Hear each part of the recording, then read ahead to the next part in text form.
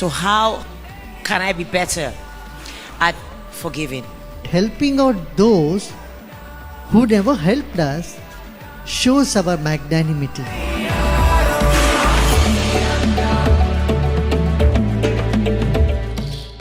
People who want to hold power on others, they think yoga is bad.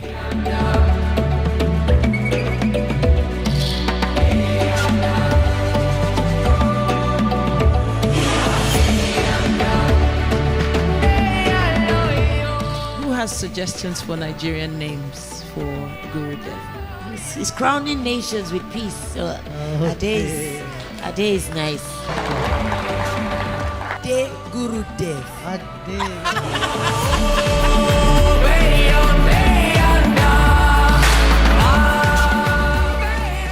Name is Kate Henshaw. Welcome to Nigeria, Gүrүдэйv. Okay, my question is a bit personal.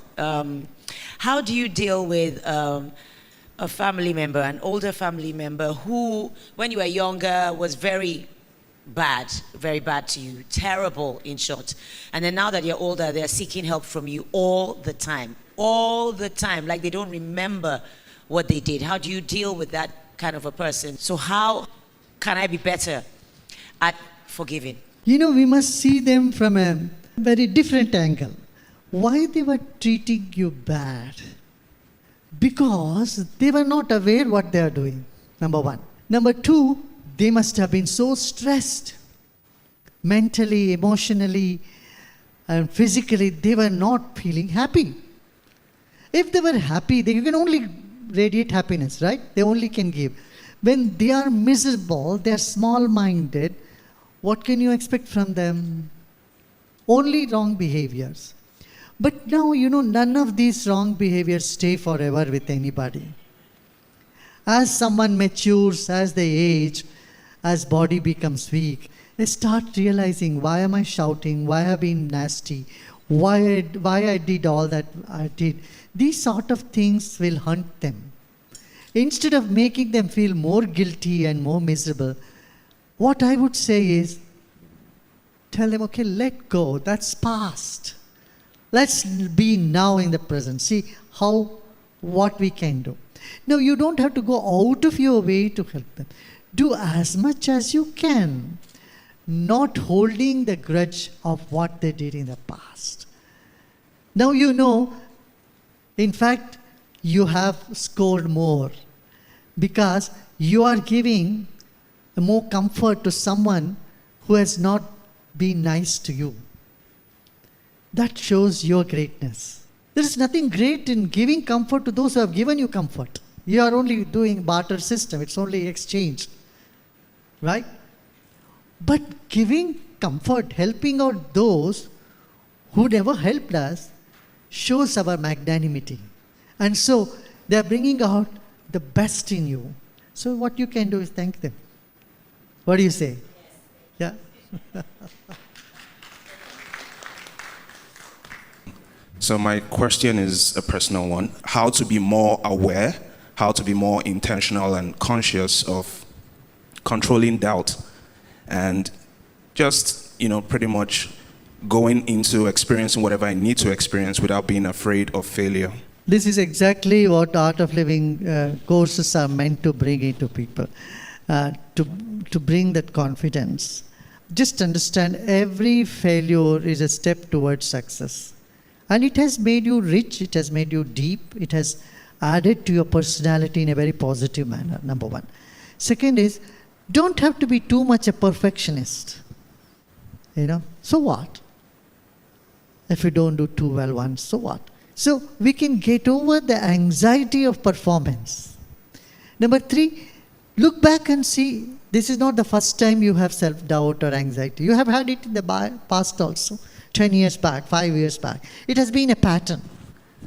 Just observing that, hey, this has been a pattern. I will get over it. I have gotten over it so many times. Now also I'll get over it. This remembrance of the pattern that you have gone through will give you more energy and confidence to do it now with the current. And then it doesn't matter to you anymore. Is it okay for the person to still keep in touch with the abuser? See, no abuser should be left scot-free.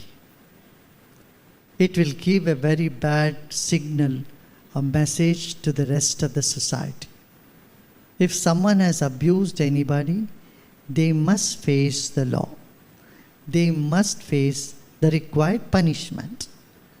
Having said this, I would say, if the person regrets for their action, apologizes, and person says that he will correct or they have corrected their actions, then we must not hold grudge against them for their lifetime. Abusers are like sick people. People get sick, but then they get well afterwards. When they get well, you cannot still hold them as a stigma of sickness. But we have to make sure they are well. Otherwise, no point in continuing any dialogue with them.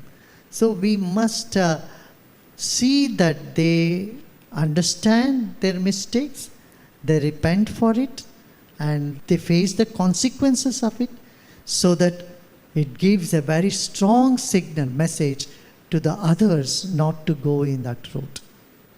My name is Janet. I'm a yoga teacher. I'm a Christian, and it can be sometimes interesting to introduce myself as a yoga teacher, because some Christians believe that yoga is all sorts of things, but something that a Christian should practice. But sometimes it can be worrisome to trying to know whether I should separate yoga and my religion or to infuse them, and how I can go about infusing it. No, this is a good thing you asked. If you see Jesus' teaching, it is unless you become like a child, you can never enter in the kingdom of heaven.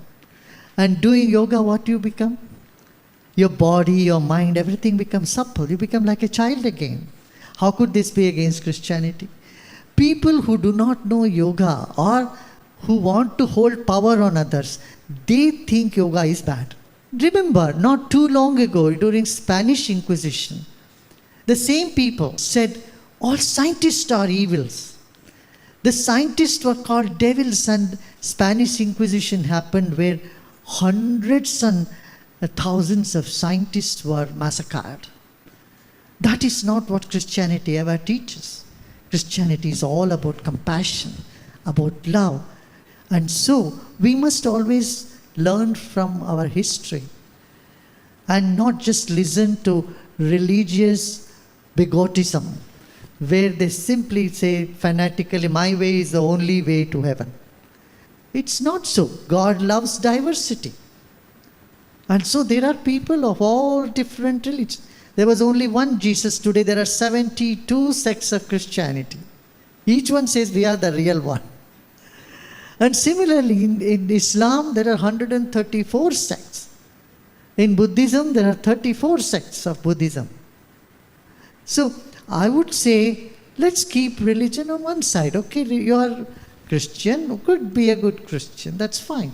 But yoga is a wellness thing that you practice, become a good human being, a happy human being. And no religion forbids you being a good human being. In fact, every religion forbids you being a nasty person, cruel person, an angry and hateful person. Yoga can never make you a hateful person. It takes away the hatred from within you. And so, those people who are saying such things are misleading the population. They are keeping their folks away from the goodness of life. I've always wanted to use my platform to give back. I've tried on some levels to do so, but there always seem to be roadblocks. It's just been discouraging. I don't see a future in it. I don't see the logic in continuing to give back if it's just not been working. It's not the best of service just dishing out people fishes. We should teach them how to fish and make them self-reliant. I think just compassion alone does not work by giving things. That only sometimes make them, dependent on your charity. I feel the best way to give them is to make them stand on their feet and make them entrepreneurs, make them give that inner confidence that they can move on. So in this sense, what happens, you empower 10 people, they will start helping another 10 people, maybe 100. So it just multiplies.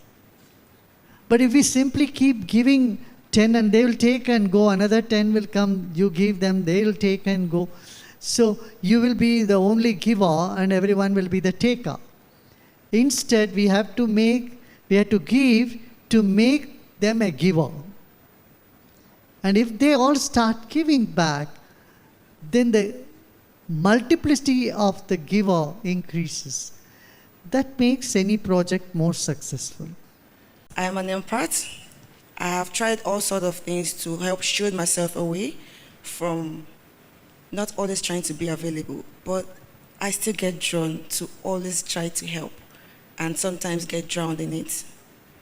What could I do and to stop making me feel guilty if I do not help all the time? You know what would really help you? Is meditation.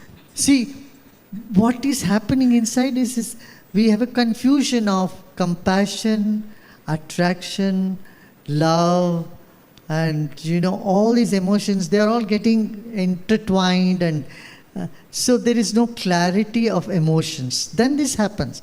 This is where it's important that when we meditate, we become very clear. Okay, this is compassion and this is attraction, and there'll be a clear-cut bifurcation of your own feelings. You will understand your own feelings. And so there'll be a good marriage of your consciousness, your mind and your heart. If this doesn't happen, then we get into a lot of mess in life. It's good you ask this question, because this is the question that many, many people around the world have. I understand, the breathing techniques. I understand, wellness and just looking for inner peace. How does all of this, translate to the everyday Nigerian? And how can a Nigerian cope with the madness that we are in currently? We're in a never-ending vicious cycle of political drama, economic turmoil. One week you're doing great, and the next few months, is quite dark. Now that because the challenges are so many, you need all the more inner strength. You need the mental strength, emotional strength, and confidence to go through it or win over the challenges, right? This is where our programs will help. This will help them not get bogged down. So what is needed now? A lot of energy to face the challenge and right ideas that you can move through these challenges, correct? All these three things are hidden inside of you. Doesn't have to come from outside. But to unveil them, you need to do certain breathing exercises. And that is what we teach. Some simple techniques, wellness techniques, which will help you to invoke that intuitive ability inside of you, and which can make you sharp to grasp the problem and be part of the solution. I would tell the youth, just decide to be part of the solution, number one. Number two, take leadership in your community. Gather people, fill the positivity in them. So instead of you getting sucked into the negative energy, stand up and say, I'm going to create positive initiatives. Number two. Number three, and see how you can contribute. See, every crisis is also an opportunity. In the times of crisis, how you can turn that into opportunity. One example I'll give you.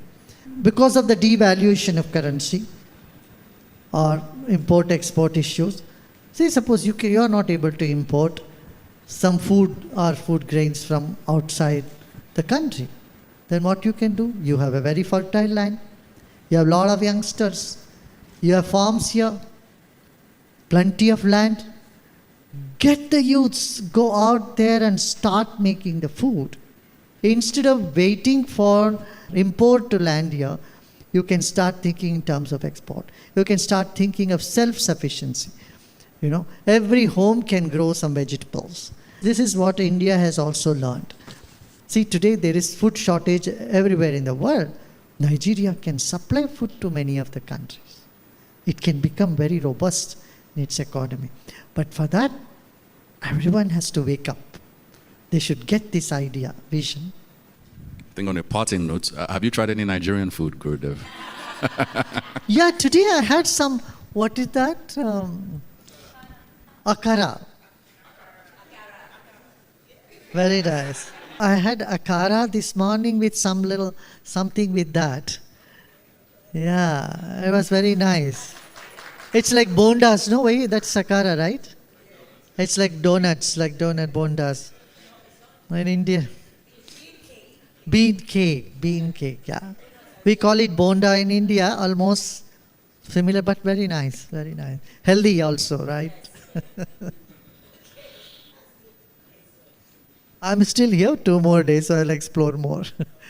Okay, and I would like to invite you all to come to India. So, have you been to India? None of you? So, do come, okay? You will enjoy in India. You'll feel at home there. We'll make you feel at home. All the best to everyone. Have good lunch, yeah. I think you say, how was your night, yeah? So that's the greeting I was told. That's how you ask her, how was your night? Yeah, that's good. Okay, so who has suggestions for Nigerian names for Gurūdev? Yes, give him a name. You can choose some. Yeah. Is Ade not nice? Yeah. It's a nice crown on him. It's crowning nations with peace. So Okay. Ade is nice. Yeah. His crown is a peaceful crown. So What I is like it? Ade? Ade is like a crown, like a king. Ah. Ade. Ade. Ade Gurūdev. Ade. Okay.